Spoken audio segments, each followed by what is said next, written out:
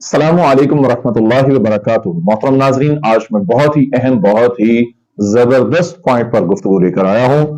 مجھے بہت سارے لوگوں نے یہ سوال کیا کہ ڈاکٹر صاحب کائنڈلی ہمیں یہ بتائیں کہ قرآن و سنت کی روشنی کے اندر بھی اور میڈیکل پوائنٹ آف ویو سے بھی کہ نکٹرنل ایمیشن یعنی کہ احتلام جو ہے، اس سے کیا آیا روزہ فاسد ہو جاتا ہے، ٹوٹ جاتا ہے یا نہیں؟ تو بھائی میرا ان بھائیوں سے یہ ان کو مشورہ ہے کہ الحمدللہ ثم الحمدللہ، قرآن اور حدیث ایک مکمل ضابطہ حیات دین اسلام ہے، ٹھیک ہے جی۔ اور آج سے 1444 سال پہلے رسول اللہ صلی اللہ علیہ وآلہ وسلم نے اس کے بارے میں ہماری رہنمائی فرما دی تھی کہ جو احتلام ہے یہ ایک یعنی قدرتی طور پہ انسان کے ساتھ ہو جاتا ہے۔ اس کی مثال یہ ہے کہ گلاس کی ایک لمٹ ہوتی ہے کہ اگر آپ اس کے اندر پانی ڈالتے جائیں تو وہ پانی کی ایک لمٹ ہے کہ ایک لمٹ تک تو آپ اس کو بھر سکتے ہیں، گلاس کو یا جگ کو، کسی بھی برتن کو آپ بھر سکتے ہیں۔ اس کے بعد جب اوور فلو ہو جاتا ہے تو اس کے بعد اس میں باہر آٹومیٹیکلی آنا ہوتا ہے۔ بعض لوگوں کا تو یہ مسئلہ ایسے ہوتا ہے کہ یہ یعنی 7 دن بعد یا 15 دن بعد یا مہینے بعد مرد حضرات کو، لڑکوں کو، نوجوان لڑکوں کو خاص طور پر احتلام ہو جاتا ہے۔ اس میں خوراک کا بھی بہت زیادہ عمل دخل ہے کہ اگر خوراک بہت زیادہ گرم والی استعمال کریں گے تو اس سے یہ معاملہ ہو سکتا ہے۔ یعنی منی جب بہت زیادہ پتلی ہو جاتی ہے تب بھی یہ ہو سکتا ہے۔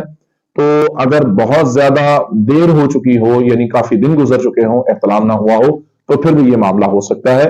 دونوں صورتیں ہیں۔ تو اس کا علاج بہت ہی آسان، بہت خوبصورت، بہت پیارا ہے، لیکن اس سے پہلے میں آپ کی خدمت میں ایک بات بیان کر دوں کہ محترم بھائی اور محترم دوستو، بات یہ ہے کہ رسول اللہ صلی اللہ علیہ وآلہ وسلم نے 1444 سال پہلے یہ بات بیان فرما دی کہ احتلام ہونے سے روزہ نہیں ٹوٹتا کبھی بھی، کیونکہ یہ ایک ایسی چیز ہے جو منی کا ڈسچارج ہونا ہے، یعنی کہ انسان کے جسم کے اندر سے باہر آ رہی ہے، اور کوئی ایسی چیز جسم کے اندر سے جو باہر آتی ہے اس سے روزہ فاسد نہیں ہوتا، ٹوٹتا نہیں ہے۔ ہاں لیکن اس صورت میں کہ اگر جان بوجھ کر اس کو اپنے ہاتھ کے ساتھ ضائع کیا جائے، یعنی مشتزنی کی جائے، تو یہ کبیرہ گناہوں میں آتا ہے۔ رسول اللہ صلی اللہ علیہ وآلہ وسلم نے فرمایا جو لوگ ہاتھ کے ساتھ اپنی جو اس طاقت کو یعنی منی کو ضائع کرتے ہیں، یاد رکھیے گا کہ روز قیامت یہ مجرموں کی صف میں ہوں گے، اولاد کے قاتلوں میں شامل ہوں گے۔ یعنی اس کے بارے میں حدیث یہ ہے کہ انسان کے اس ہاتھ کے اوپر، جس ہاتھ سے اس نے وہ برائی کی ہے، اس پر حمل ہوگا۔ اور رسول اللہ صلی اللہ علیہ وسلم نے فرمایا مجمع کے اندر قیامت کا روز ہو اور مجمع ہو اور دنیا اکٹھی ہوئی ہو، اس میں انبیاء بھی ہوں، صحابہ بھی ہوں، تابعین بھی ہوں، تبع تابعین ہوں، اولیاء اللہ ہوں، اور خود اللہ رب العزت سامنے عرش پر مستوی ہو، ثم استوى علی العرش۔ تو محترم ناظرین، کتنی عجیب بات ہوگی، اللہ نہ خاصہ اگر کسی انسان نے یہ عمل کیا ہوا ہے تو وہ اس کے نبی صلی اللہ علیہ وسلم نے فرمایا اس ہاتھ سے، جس ہاتھ سے اس نے برائی کی، منی کے قطرے ٹپک رہے ہوں گے۔ تو کتنا یہ برا عمل ہے، اللہ کس قدر ناراض ہوگا۔ تو فرمایا یہ شخص کو جہنم میں ڈال دیا جائے گا۔ ایک تو اس بات سے توبہ کرنی چاہیے اگر کوئی شخص ایسا برا عمل کر رہا ہے۔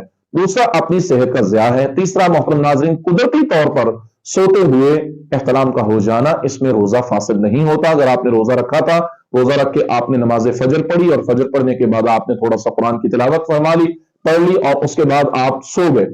اکثر لوگوں کو یہ ناشتہ کرنے کے بعد یعنی سحری کرنے کے بعد اکثر لوگ مجھ سے یہ سوال کرتے ہیں اور یہ معاملہ ان کے ساتھ ہو جاتا ہے، خاص طور پر نوجوانوں کے ساتھ اور غیر شادی شدہ لوگوں کے ساتھ یہ مسئلہ ہوتا ہے۔